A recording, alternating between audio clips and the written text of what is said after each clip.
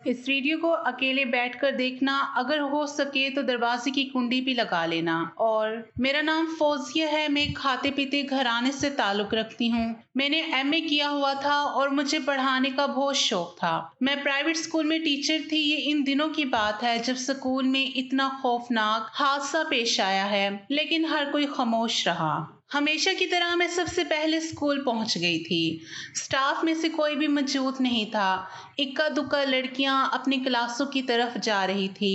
میرے شوہر مجھے اسکول چھوڑتے ہوئے اپنے دفتر جاتے تھے۔ ان کا دفتر کافی دور تھا، اس لیے وہ جلدی نکلتے تو مجھے بھی اسکول چھوڑ دیتے تھے۔ میں اسٹاف روم کی طرف جانے لگی تاکہ برقع اتار سکوں، مگر اچانک ہی میرے پیٹ میں درد اٹھنے لگا اور مجھے خیال آیا کہ میں نے تو ضرورت کا سامان ہی نہیں لیا ہے۔ دراصل میرے خاص دن شروع ہونے والے تھے اور میں یہ بات بھول گئی تھی۔ وہ تو شکر تھا کہ میرے بیگ میں ضرورت کا سامان موجود تھا۔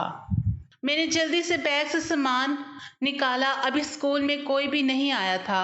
ٹیچرز واش روم کافی دور تھا، اس لیے میں بچوں والے واش روم میں پہنچ گئی تاکہ یہ مسئلہ کسی طرح حل ہو۔ مجھے ڈر تھا کہیں میرے کپڑے خراب نہ ہو جائیں، کیونکہ ایسے میں بڑی پریشانی ہوتی ہے۔ لیکن واش روم میں جا کر تو میرے ہوش ہی اڑ گئے۔ جو منظر میں نے دیکھا، میری چیخیں سارے اسکول میں گونجنے لگی۔ میں فوراً الٹے قدموں واش روم سے باہر نکلی تھی۔ اتنے میں دوسرے ٹیچرز اور پرنسپل بھی آ گئی، کیونکہ اسکول لگنے کا وقت ہو چکا تھا۔ میری ایسی حالت دیکھ کر پرنسپل صاحبہ پوچھنے لگی، کیا بات ہے میم؟ کیا آج آپ کی طبیعت ٹھیک نہیں ہے؟ میں نے پریشانی کے عالم میں انہیں بتایا کہ میں نے یہ منظر دیکھا ہے، تو ایک دم ہی ہکا بکا ہو گئی۔ دوسرے ٹیچرز بھی حیرت اور پریشانی سے مجھے دیکھنے لگی، کیونکہ یہ گرلز اسکول تھا اور اس کے واش روم میں اس طرح کا معاملہ ہونا نہایت سنگین بات تھی۔ پرنسپل فوراً ہی خود واش روم کی طرف بڑھی اور تھوڑی دیر میں ناک پر کپڑا رکھے واپس باہر آ گئی۔ اسکول میں کام کرنے والی ماسیاں آ چکی تھی۔ پرنسپل صاحبہ نے فوراً انہیں بلایا اور ان سے کہا کہ جاؤ اندر موجودہ بچی کو اٹھا کر اسٹاف روم میں پہنچاؤ۔ دونوں بڑی مشکل سے اس بے ہوش بچی کو اٹھا کر اسٹاف روم میں پہنچ گئے تھے، جو واش روم میں بے ہوش پڑی تھی اور اس کا سارا یونیفارم خون آلودہ ہو چکا تھا۔ پرنسپل صاحبہ کے پیچھے ہی کچھ ٹیچرز پہنچ گئی تھی۔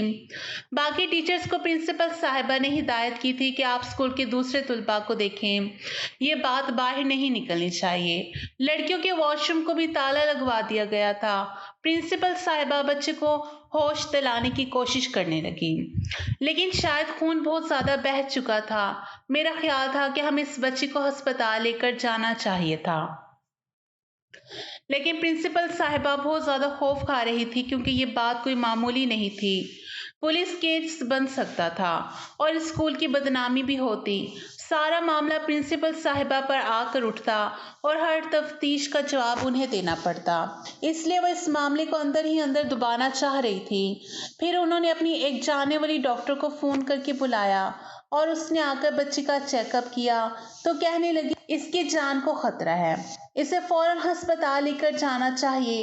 اگر یہ جلدی ہوش میں نہ آئی تو مجھے ڈر ہے کہ یہ کوما میں جا سکتی ہے۔ ڈاکٹر نے تو پوری طرح ہی ہمیں ڈرا دیا تھا۔ میں نے پرنسپل صاحبہ سے کہا کہ زیادہ دیر نہ کریں، کسی قریبی ہسپتال لے چلیں، بعد میں جو بھی ہوگا دیکھا جائے گا۔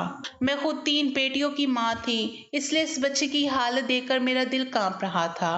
پھر میں پرنسپل صاحبہ کے ساتھ اس بچی کو لے کر ہسپتال بھاگی۔ میں نے اس کے ہاتھوں میں ہاتھ لیا اور پھر وہ لوگ اسے آپریشن تھیٹر میں لے کر چلے گئے۔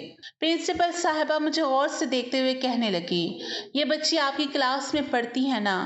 کیا آپ کو معلوم ہے کہ اس کب سے چل رہا ہے؟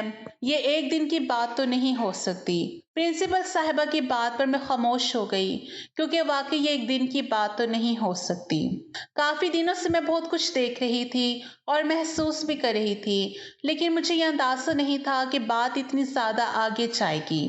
کچھ ہی دیر گزری تھی کہ پرنسپل صاحبہ کے پاس اسکول سے فون آ گیا۔ سینئر ٹیچر بتا رہی تھی کہ اسکول کے بچوں میں یہ بات پھیل چکی ہے۔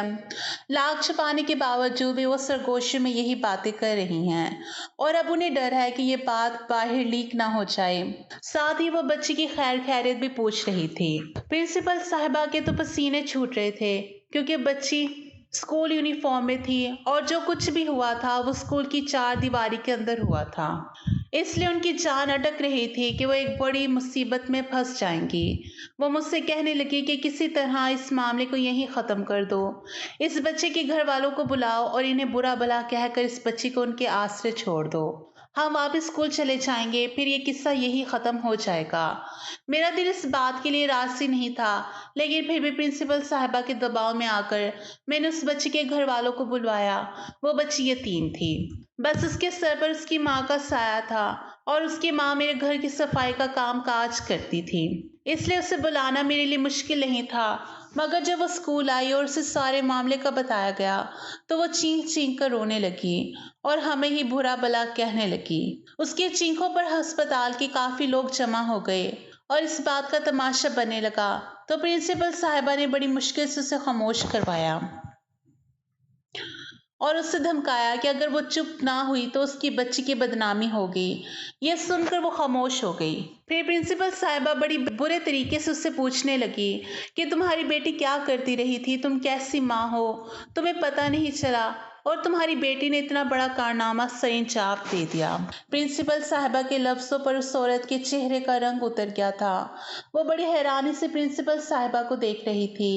شاید اسے ان سے اس لہجے اور ایسے الفاظ کی توقع نہیں تھی، لیکن پرنسپل صاحبہ بس اس کوشش میں تھی کہ کسی طرح اس معاملے کو اس کی ماں کے سر ڈالے اور خود واپس اسکول پہنچ جائے اور اس معاملے سے کنارہ اختیار کر لے، جبکہ اس کی ماں کا کہنا تھا کہ میری بچی بہت ہی نیک ہے، اس نے کبھی کوئی کام غلط نہیں کیا۔ وہ تو ہم سے پوچھ رہی تھی کہ اس کی بچی کے ساتھ اسکول میں کیا ہوا ہے، کیونکہ وہ اسکول کے سوا اور کہیں نہیں جاتی۔ پرنسپل صاحبہ بہت پڑھی لکھی اور تیز عورت تھی۔ خود کو اس معاملے سے نکالنے کے لیے انہوں نے اس سے کہا کہ جب تمہاری بیٹی کو ہوش آ جائے تو خود اس سے پوچھ لینا کہ اس کے ساتھ کیا ہوا ہے، ہمیں تو کچھ معلوم نہیں ہے۔ اور پھر انہوں نے مجھے کہا کہ واپس اسکول چلو، لیکن سچ تو یہ تھا کہ میں اس بچی کو چھوڑ کر نہیں جانا چاہتی تھی۔ وہ میری کلاس کی بہت ذہین بچی تھی اور واقعی ہی بہت نیک تھی۔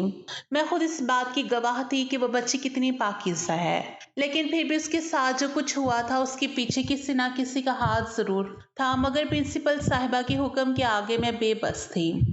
یہ اسکول کا وقت تھا اور مجھے اپنی ڈیوٹی پر پہنچنا تھا، اس لیے میں اس کی ماں کو صبر کی نصیحت کرتے پرنسپل صاحبہ کے ہمراہ واپس اسکول پہنچ گئی۔ سارے ٹیچرز میں تجسس تھا کہ بچی نے کیا بتایا، لیکن جب تک ہم واپس لوٹے بچی کو ہوش نہیں آیا تھا۔ میں کلاس میں گئی تو مجھے سنائی دینے لگا ہر لڑکی اس بچی عائشہ کے کردار پر بات کر رہی تھی۔ سبھی حیران تھے اور میری طبیعت ابھی بھی نہیں سنبھلی تھی۔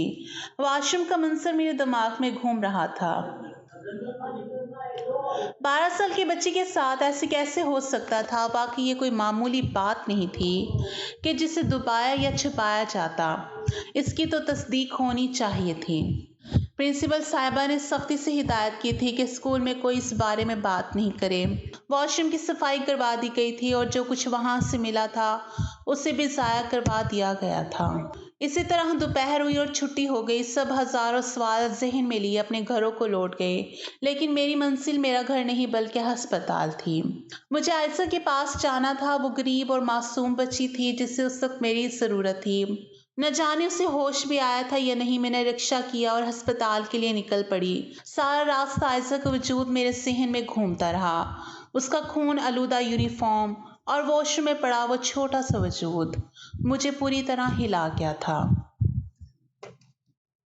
میں ہسپتال پہنچی تو عائشہ کی ماں نے بتایا کہ اب اس کی حالت پہلے سے بہتر ہے، لیکن آنکھیں اس نے ابھی تک نہیں کھولی، اس لیے ڈاکٹر سے ملاقات بھی کرنے نہیں دے رہے۔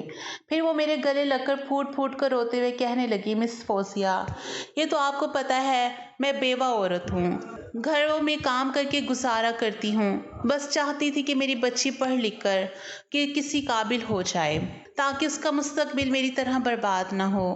لیکن مجھے کیا پتا تھا کہ اسکول کی چار دیواری میں میری بیٹی کے ساتھ ایسا ظلم ہوگا۔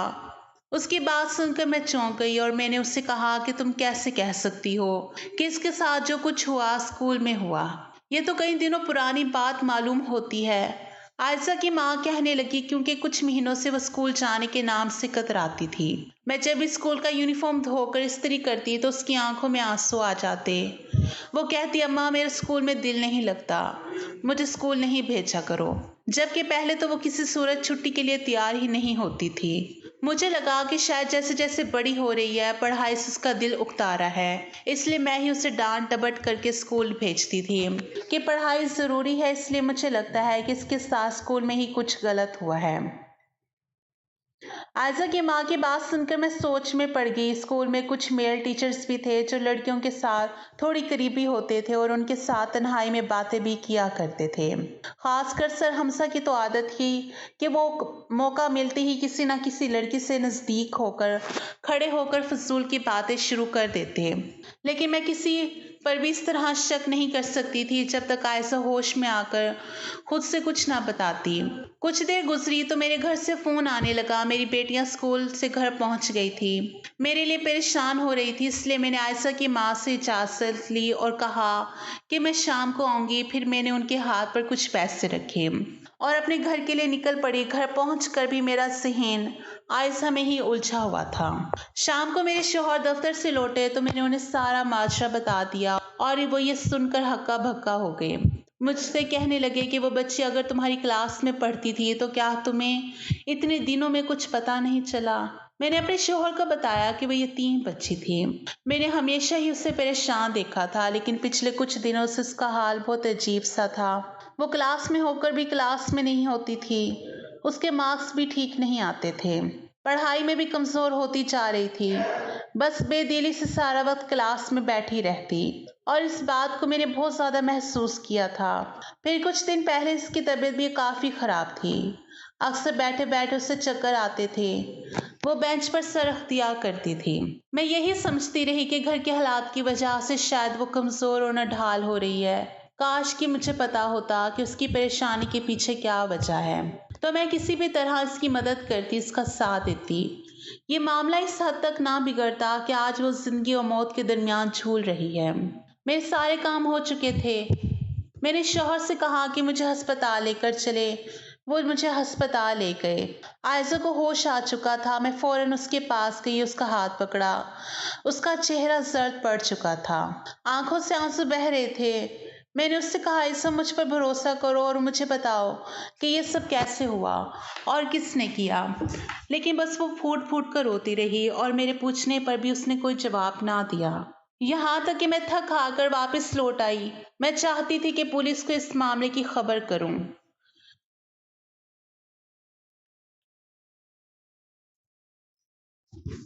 لیکن عائزہ کی ماں اس بات کے لیے راضی نہیں تھی۔ اسے لگتا تھا ایسا کرنے سے مزید بدنامی ہو گئی، اور پھر پرنسپل صاحبہ بھی تو اس بات کے حق میں نہیں تھی۔ مجھے اپنی نوکری بھی بچانی تھی اور میں عائزہ کو انصاف بھی دلانا چاہتی تھی، اور اس کے لیے اب مجھے ہی کوئی قدم اٹھانا تھا۔ شوہر میری نیت جان چکے تھے، کہنے لگی جو بھی کرنا سوچ سمجھ کر کرنا، کیونکہ سب سے پہلے تم نے ہی اس لڑکی کو اور اس بچی کو دیکھا تھا، اس لیے تم بھی تفتیش کے دائرہ کار میں آؤ گی، اور یہاں تو پولیس والے تفتیش کے نام پر بھی جینا مشکل کر دیتے ہیں۔ وہ بار بار تمہیں پولیس اسٹیشن بلائیں گے تو تمہاری نوکری پر بھی اثر پڑے گا اور ہمارا گھر بھی ڈسٹرب ہوگا۔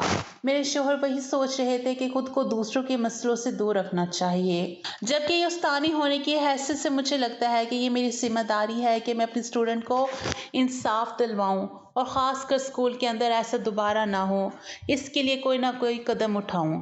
اگلی صبح میں سیدھے پرنسپل صاحبہ کے دفتر میں پہنچ گئی اور میں نے ان سے کہا کہ میڈم، عائزہ والے کیس کو اتنی آسانی سے ختم نہیں کیا جا سکتا۔ اس کی ماں نے تو پولیس میں شکایت بھی نہیں کیا، لیکن ہمیں یہ کام کرنا چاہیے۔ آخر کسی نہ کسی نے تو اس کے ساتھ زیادتی کی ہے، اور ہو سکتا ہے کہ یہ حرکت اسکول میں ہی ہوئی ہو۔ آپ نے خود اپنی آنکھوں سے اس بچی کی حالت دیکھی ہے۔ اس نے اسکول کے واش روم ایک نامکمل بچے کو جنم دیا ہے۔ شاید وہ 2 یا 3 مہینے کی حاملہ تھی۔ اگر ایسے میں وہ مر جاتی تو کون ذمہ دار ہوتا؟